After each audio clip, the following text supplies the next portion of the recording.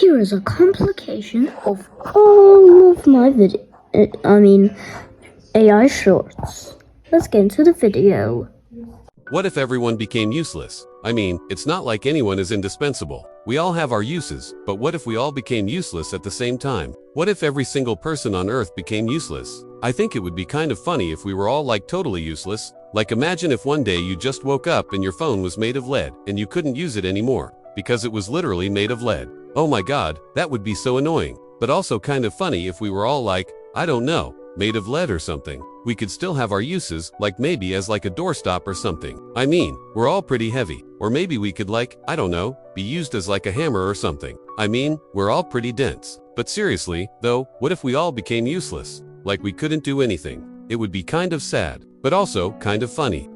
It's not like anyone is indispensable. We all have our uses. But what if we all became useless at the same time? What if every single person on Earth became useless? I think it would be kind of funny. What if everyone on the planet became invisible? Would you still be able to find your friends and family? You might be thinking that this would be a superpower, but actually, it's a curse. When we walk outside, we rely on our 5 senses to experience the world around us. If we lost our sense of sight, we would be utterly lost. We wouldn't be able to find our way home. We couldn't read or write. We would have no idea what time it was or how to get in contact with our friends and family. If everyone became invisible, there would be chaos. People would be running around in terror, not knowing where their loved ones were or if they would ever see them again. It would be a nightmare scenario. But if we all became invisible except for one person, that person would become very important. They would be the only person that we could rely on for help. The rest of us would be completely helpless. So what do you think? Would you rather be the one person who can be seen, or would you rather have everyone else on the planet become invisible? What if everyone in the world woke up tomorrow and all of a sudden, everyone was poor?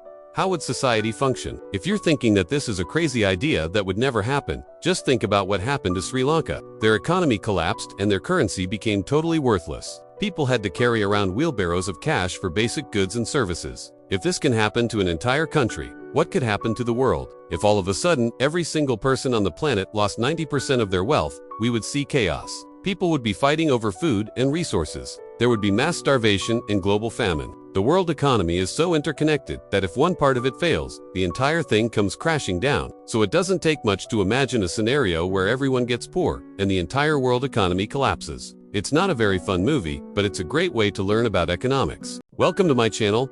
This is why cats always sit inside. Cats love sitting inside of boxes or bags or really anywhere that's enclosed. And there's a very good reason for this. You see, in the wild, cats are solitary hunters. They need to be able to sneak up on their prey without being seen. So they evolved to be very stealthy and quiet. And because of this, they're actually able to get much closer to their prey than you would think. Like for example, if a cat sees a mouse, it will wait until the mouse is just a few feet away before it pounces. So when your cat sits in a box or a bag, what they're really doing is practicing their hunting skills. They're getting ready to pounce on their next meal. So next time you see your cat sitting in a box, don't disturb them. Let them be little hunters. Ever wondered why your dog barks? I've got 5 reasons right here. 1. They want something. When your dog sees you and wags their tail, they're asking for something, whether it be food, water, a toy, or a walk. It's their way of communicating with you. 2. They're bored. Dogs can get bored easily, just like us humans. If they don't have enough toys or activities to keep them busy, they'll bark out of frustration. 3. They're scared or anxious. If there's a loud noise or a scary movie playing on TV, your dog may bark out of fear. They're trying to tell you that they're scared and they want comfort. 4. They want to play. Some dogs love to play and they'll bark excitedly when they want to play. They may also bark while they're playing to show that they're having fun. 5. They're protecting their territory. If a stranger approaches your house or your dog's yard, they may bark to warn them to stay away. This is a natural instinct in dogs, and it's their way of keeping their family safe. So the next time your dog barks, try to figure out why. They could be trying to tell you something. Why do we live in Earth? Why don't we live in air? Well, there's a very simple answer to that. It's because we are made of stardust. We literally cannot breathe without it. Our bodies are 98% efficient at absorbing oxygen from the air. But only if that air contains the right amount of oxygen. Too much or too little and our bodies can't absorb it properly. Now, the Earth's atmosphere is about 78% nitrogen and 21% oxygen, which is perfect for us humans. But it's also full of other stuff like carbon dioxide, water vapor, and even some argon. If we were to remove all of that extra stuff, we would have pure oxygen, which is great for breathing, but it's terrible for our bodies. Too much oxygen would cause our cells to explode. So we need the Earth's atmosphere to be a little less dense than pure oxygen. That's why we can't live in air. Now, If we were to somehow compress the Earth's atmosphere and make it denser, we could have more oxygen and we would be able to breathe just fine. In fact, that's what this device here is actually doing. It's compressing the air so that you can breathe easier. Why do we need clouds? I mean, it's not like we can control the weather, right? Well, clouds are actually really important for our planet and for us humans. First of all, clouds are what we call a greenhouse gas. They trap heat from the sun in our lower atmosphere, keeping our planet at a livable temperature. Without clouds, Earth would be a frozen ice cube. Not so good for us humans. Clouds also help to distribute heat around the planet. Hot air from the equator rises up into the clouds and then spreads out to the poles, cooling the planet as it goes. This is why cloud cover is so important for maintaining our climate. And let's not forget about the water cycle. Clouds are full of water vapor, which is just another way of saying that they're full of water. When that water vapor condenses into liquid form, it falls back to Earth as rain or snow. This is how clouds help to create the water cycle and provide us with fresh water for drinking and for growing food. So yeah, we need clouds. Let me explain why it's almost impossible to be born as a dog. You see, if you were to get pregnant by a dog, which is already difficult to do, you would have to carry the baby dog inside of you for 9 months. During that time, you would need to eat 200 grams of dog food per day. That's more than double the amount of food an adult dog eats. And even if you managed to do that, you still wouldn't be able to walk. You'd need to crawl on all fours and your human legs would just get in the way. And let's not forget about the pain. Labor would be excruciating because you'd be giving birth to a dog, not a human. Even after all that, you still wouldn't be able to live a normal life as a dog.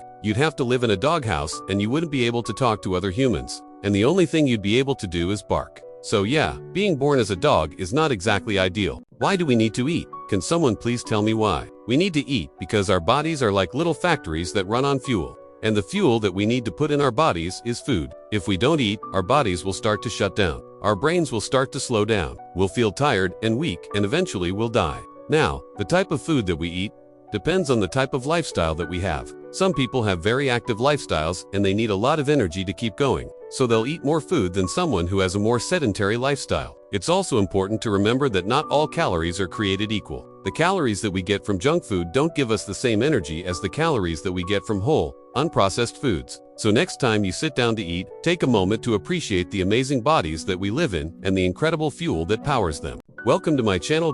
This is why phones break. When you drop your phone, the screen is the first thing that touches the ground. So when you drop it from a certain height, the screen will crack.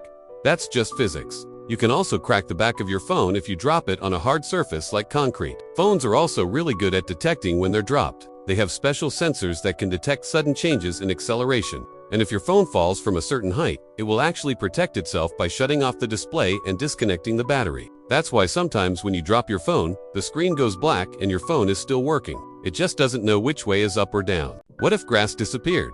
If grass disappeared, we'd have no choice but to find a new material for lawns. Maybe we could use moss, which would require less water and still look green. Or we could grow algae in a lab and then spread it out on people's lawns like fertilizer. That would be a little slimy, but it would also glow green. So maybe not the best option. We could just pave over all the land with concrete. But then it would get really hot in the summer, and we'd have to water it constantly to prevent it from cracking. And let's not forget about the increased risk of skin cancer from all that UV radiation reflecting off the concrete. So what if we just accept that there will be no more grass and we move on with our lives? Well, we'd have to do that anyway, because the earthworms would eventually die off, and without them, the soil would become hard and unusable for growing anything. But here's the thing, most of the world's soil is already paved over or used for growing crops. So the chances of us running out of soil are slim to none. In other words, don't worry about it. What if Wi-Fi disappeared? You wake up in the morning, you go to your phone, you try to browse the internet, but it's not loading. You check your Wi-Fi connection, but it's not the problem. The problem is much bigger than that. You try to call your friends, but the cellular network is down, too. It's like the entire internet just vanished into thin air. You go outside and see everyone is freaking out because their cars can't connect to the GPS. Planes are grounded because they can't connect to the control towers. The stock market crashes because all the traders are freaking out. People are trying to book hotels and flights, but they can't connect to the servers.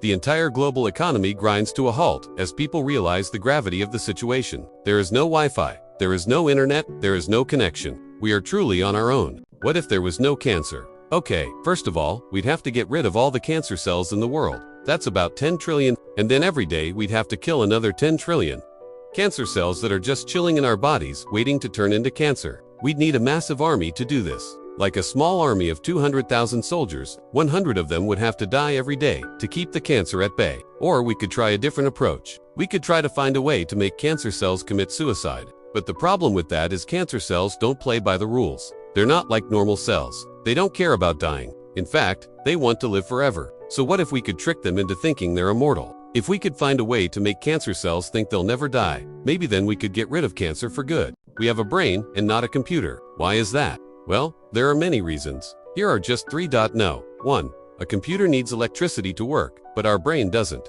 Sure, it needs glucose, but that's a form of chemical energy, not electrical. Electrical energy would actually kill our brain cells. Number 2. A computer needs to be programmed, but our brain doesn't. We are born with all the knowledge and abilities that we need. Sure, we can learn new things, but all the information is already in our brain. It's just waiting for us to access it. No. 3. A computer has no emotions, but our brain does. Emotions are important. They help us make decisions, form memories, and experience the world around us. So we have a brain and not a computer because our brain is much more efficient, much more powerful, and much more flexible than any computer.